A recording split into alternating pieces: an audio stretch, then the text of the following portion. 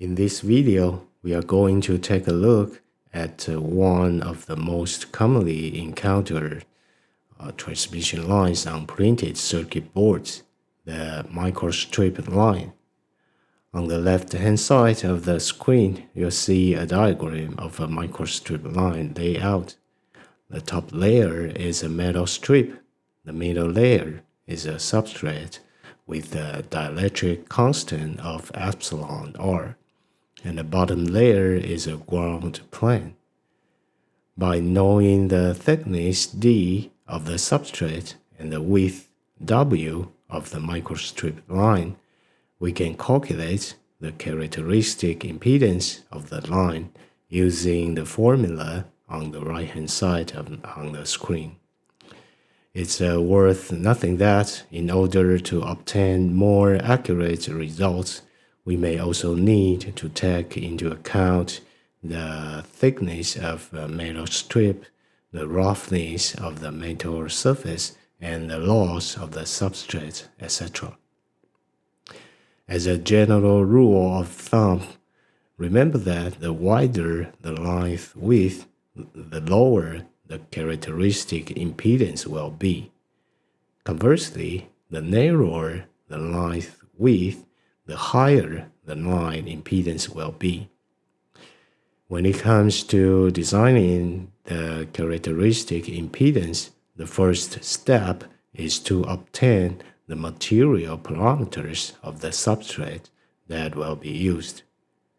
Once we have these parameters, we can use computer tools to help us design the microstrip line. One tool that we can use is Line Calc, which is provided by Agilent Advanced Design System, ADS. Similar tools are also readily available on the internet. After we input the relevant parameters into the tool, we can use it to synthesize the line width and length based on the desired characteristic impedance and electrical length.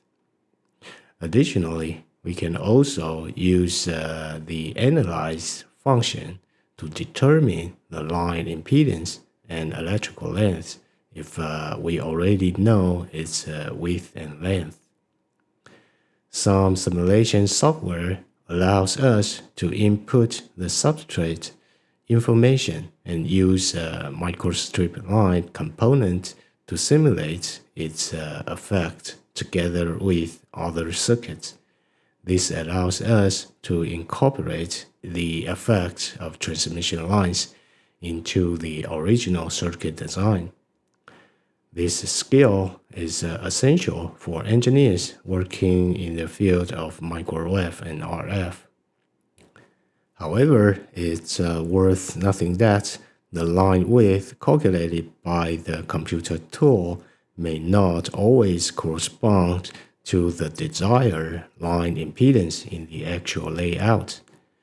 Here are some common mistakes that people make when working with microstrip lines. Let's consider an example where we assume that a microstrip line with a characteristic impedance of 50 ohms is drawn on a PCB, which may be connected to other circuits at its end.